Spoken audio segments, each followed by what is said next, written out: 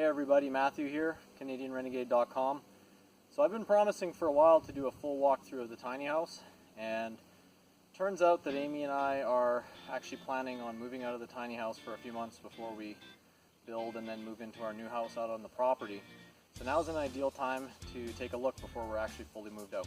Anyways, let's go take a look. We'll start off with the outside and then we'll move on to the inside. So here's the back of the house. You can see that we have the LP smart siding and vinyl trim around the windows and on the corners.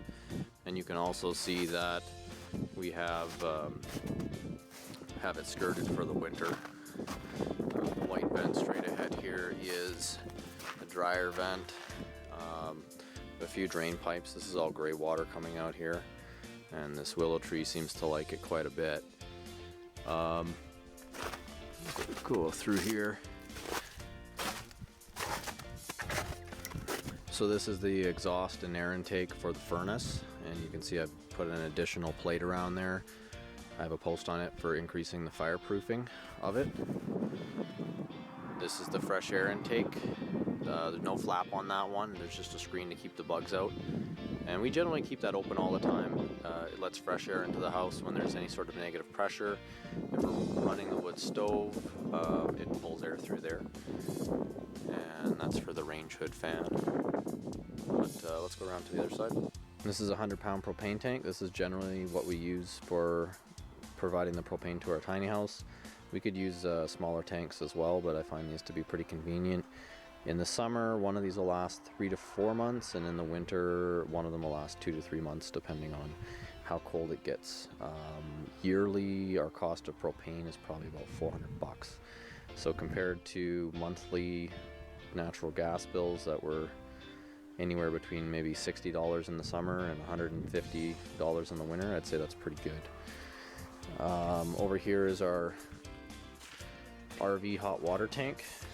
I'm pretty happy with this unit. I cover it fairly extensively in different blog posts on Steam It.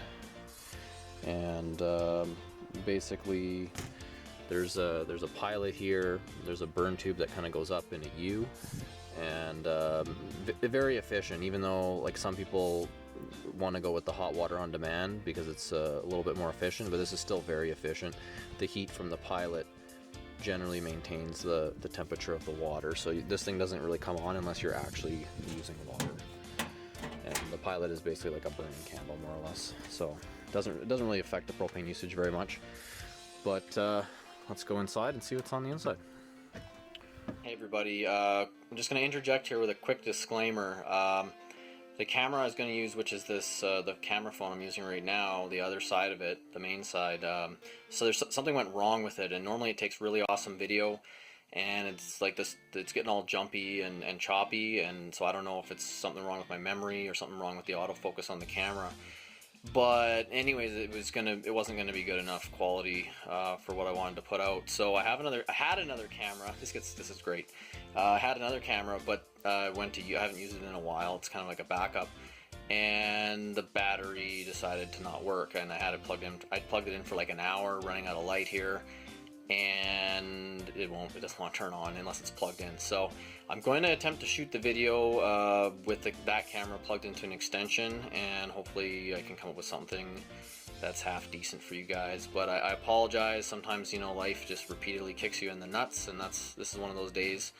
And yeah, that is a garbage bag we're using as a blind behind me. So anyways, enjoy the video. So here's the interior of our tiny house, and like I mentioned earlier on, we're moving out of the tiny house. We've lived in here for 2 years now, and we did not expect to have twins in the tiny house.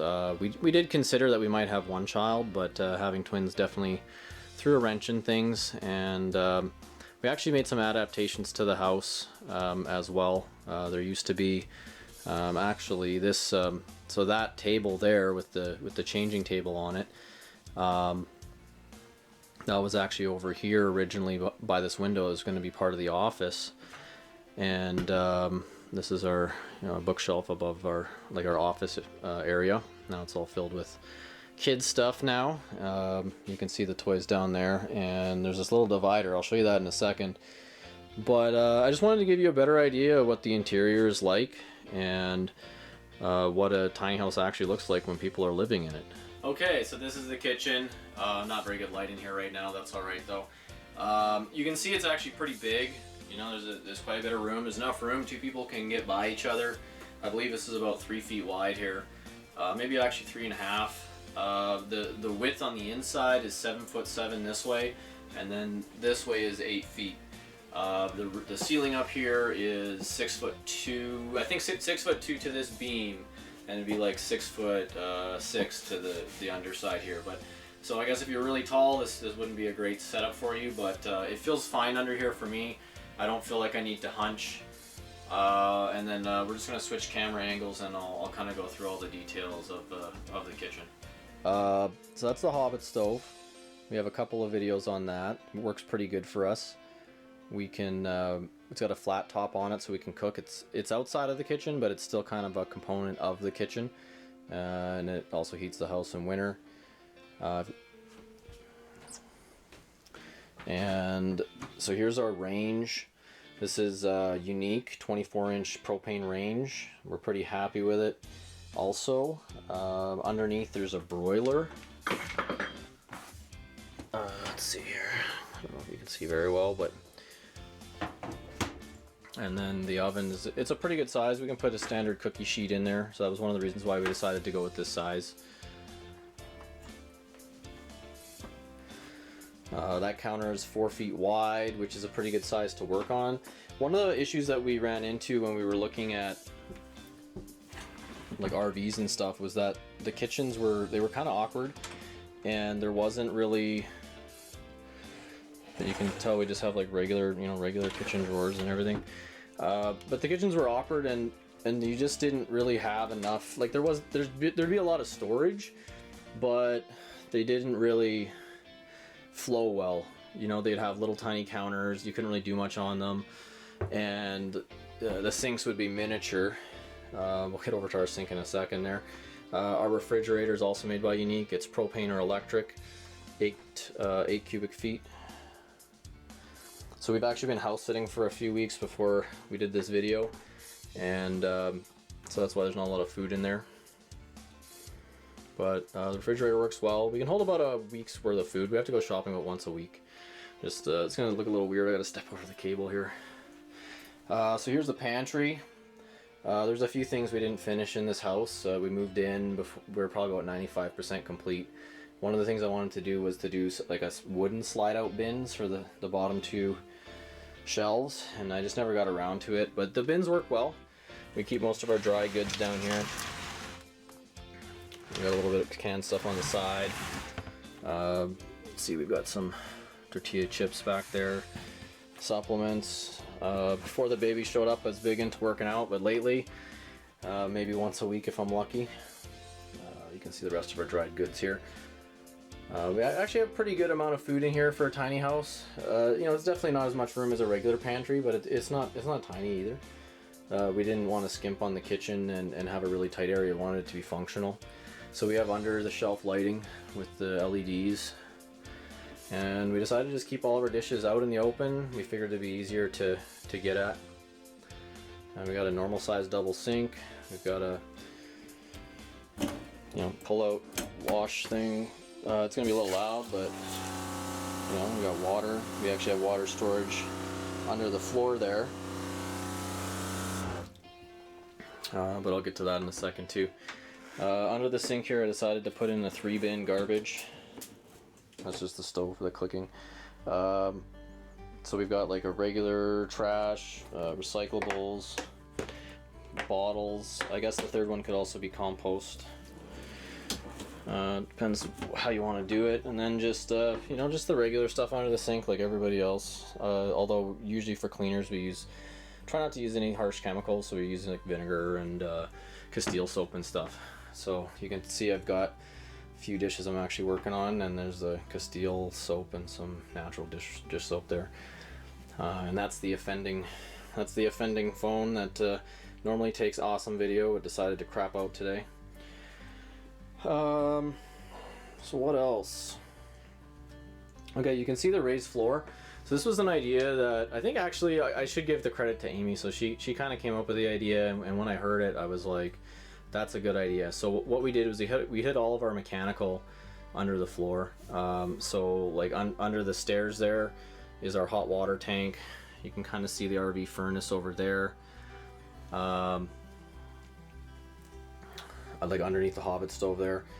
And then you see this gate here. So this gate, this was not originally here. This was something we put in to cope with the babies. So as they started getting more and more mobile, well, originally we had the idea of putting them up in the loft and kind of having like a baby jail up there, and basically having like, I was thinking of using like lattice or something like that. But I was just too nervous about, you know, maybe one day the gate wouldn't get latched properly, or somebody would slip or something, and I decided not to risk it. So we've been having the babies down here in the main area, and so what I did was I got these retractable baby gates, and we put in some matting because they kept falling over and whacking their heads, but I guess babies do that, so we put some matting in so it wouldn't be as hard as wood. And yeah, so we got these baby gates, they pull across, and I kind of had to make this extension because it wouldn't reach all the way to the wall. And basically it normally folds back a little bit, but the matting got in the way. So because we put the matting in after I designed this. That's just the extension cord making noise. I'm having to haul around. And originally that table was over here where the chair is, and that was supposed to be like an office space, and it was supposed to be office supplies, but you can see it's all full of baby stuff now. We put the crib in as they started getting a little bit bigger, a little bit more mobile. We ended up putting the crib in. Originally we had them up in the loft in some bassinets up there with us, and then once they started getting close to crawling, we didn't want to risk it, so we put the crib in. So we kind of had to shuffle everything around and make it work. So originally that loft, like right now, that's just baby storage, mostly baby stuff up there, and our dehumidifier, which we added this year because we were having a lot of issues with humidity last year. But the dehumidifier solved, I'd say it solved at like 80 to 90%. We still got a little bit of condensation on some of the windows, but when it's minus 30 out, almost all houses in our climate get a little bit of condensation, so it wasn't terrible, but definitely it cut down on a lot of the issues. Yeah, and then I also built that little changing table onto that fold-out table. But I think I'm going to switch camera angles here, and we'll go over a few other things. There's the other baby gate that I put in. I was going to demo it, but then the extension cord got in the way. But let's go up, take a quick look up the stairs here. Up the ladder, I guess. It's my invention to secure the ladder hinges. It actually works really good. And you can pop the pins and take the ladder off pretty easily. But yeah, you can see we're just using it as storage up here. This is the smaller of the two lofts.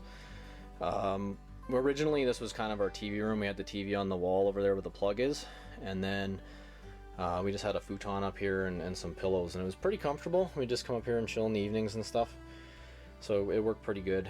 There is a shelf over here, so we got a shelf we can kind of keep all our stuff up there that we don't want to keep downstairs. And then there's our closet. It's a double decker.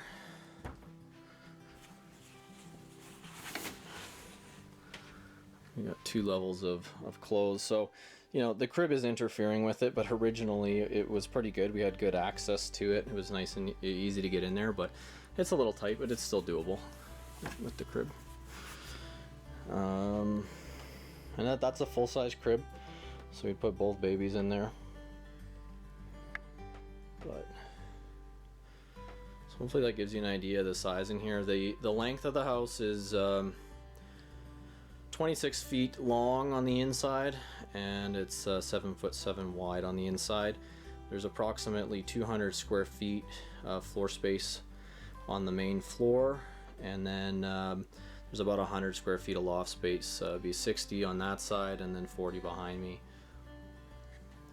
And then right here where this rug is There's actually like a water bladder down there, holds 150 liters of water. And I already talked about the hot water tank under the stairs there and the RV furnace under the Hobbit stove. Like having redundancies for heat, especially in this sort of climate. It's nice to be prepared in case one of the two fails. You still have another way to heat the place. And then underneath the ladder here, we have a battery bank right here. But right now it's actually just one battery because we're actually connected to the grid. But originally this house was designed to be off grid. It'd probably still get used off grid. It's probably going to end up being a guest house or something like that. So right now we just have one battery. But even with the one battery, we can actually go for basically at least a day, maybe two on one battery. Oh yeah, actually I'll show you this. So there's our voltmeter and our thermostat. Actually see if this thing is even going to work here. But yeah, you can hear the furnace kick on. This just works like a regular house. Alright, so here's the bathroom. There's a door. I actually built this door myself. So I just decided to put in a sliding door instead of a curtain or something. A little bit more privacy, especially if you have guests or something. And this door, basically it's just made out of two different types of tongue and groove pine. I had it was a thicker, larger tongue and groove pine as the outside frame, and then it just turned out that the smaller pieces of pine fit inside the groove of the larger pine. I was able to basically just make it like a picture frame. And originally, we never got around to it, but originally we were going to hang a mirror on the inside here for, getting dressed and stuff like that. So that's that. Got our lights and our fan. This is our little laundry station here, so we can keep our bathroom stuff. We got some baby towels, you can see those, cleaning supplies. Got our laundry bins. We just pre-sort everything into these bins. This is the Splendid 2100 XC washer dryer combo. It does both washing and drying. So we didn't get the dishwasher, but we do have a washer dryer, which is nice. We didn't want to have to go to a laundromat or somebody else's house to do laundry all the time. So there's that. There's another area I didn't get around to finishing. I just basically needed to trim it out and put a little piece of wood on there. We were hanging laundry. Basically, if we need to hang laundry, we just hang it on our shower curtain rod. Kind of have to just adapt to the situation, I guess. So here's our shower. It's a pretty good size. I think it's about, if I remember correctly, it's like 32 inches by 36 inches. So it's pretty good. It's not like a RV shower where you're like banging your elbows on the sides or anything. You can, lots of room. Even if I was bigger, there'd be lots of room in there. So it's pretty good. And then on the other side here, we've got the super pooper. So this is a composting toilet. I think some people call them sawdust toilets. But we've used it a little bit. We changed. That's actually that liner there is actually a compostable bag rather than. So it makes changing the buckets a little bit easier, and we can still compost it instead of using plastic. And then we've got our dry material. Right now, it normally we would just we've actually been using peat moss, and I ran out and we had some potting mix available, so that's what we're using right now. Normally I wouldn't want to do that, but it's been pretty crazy with the baby, so just kind of had to wing it. There's just no time between doing blogging and working full time and then taking care of twins. They're just over 8 months right now. So don't mind the extension cord there, but so here's our sink and vanity. A little shelf with a mirror. So the bathroom, dimension wise, is it's 5 by 7. And what's funny about that is that we actually were renting a little bungalow that was about 1,200 square feet that only had one bathroom before we moved in here. And that bathroom was 5 by 7, so it was actually just a tiny bit smaller. Now the difference was where the shower and the washer dryer was there was a tub there. But other than that, it was basically the same setup. Okay, so I think I'm just gonna check out that last loft, and then that'll be it for the tiny house tour. Okay, so there's the alternating stairs. And those are a real pain to build, but they work really good. Let's see how they work actually. So you basically just walk up them like regular stairs. So like I'm not using any hands right now, you can see. Just adjusting the cord again. So we got our, this is actually a cool little digital light. This is not gonna work now. And then it's also dimmable. So it's good for like before bed and stuff. We don't have, you know, like a side lamp or anything. So having that adjustable is really nice. Turn it up all the way. Pillows, those are at where we're moving. The pillows are moved already. But yeah, this is real, you know. This is lived in. I didn't do the bed or anything. I didn't clean up in here. There's one of the bassinets. We just never moved it out of here. But we decided to go with shelving in the bedroom because it's a little tight. If we had a dresser up here, the drawers would come out into the living space. So we just decided to go with shelving, and also because you don't have like the sliding rails and all that empty, basically unused space around the drawers, we can actually fit more in here. So we got some extra blankets and books and stuff, and then we use some bins up here as well. They just fit right in. All this stuff is from IKEA. The shelf is from IKEA, and the bins from IKEA, and then those dividers are also from IKEA. So that's basically the loft, and I think that's it for the tour. Actually, we can go down the stairs, I guess. But I hope you enjoyed it. I know it was a while. I've been meaning to. I hope to make this video a lot better. I had planned to do a little bit more editing and a little bit more setting up the shots and thinking about what I was going to say, but unfortunately the equipment failures. Well, I ended up spending probably an hour and a half trying to get everything to work, and finally it was like, well, either I'm going to do the video now or I'm going to have to do it later after we moved out. But I decided I wanted to do the video while we were still in here so you could kind of see what it's like. So it's a little bit cluttered.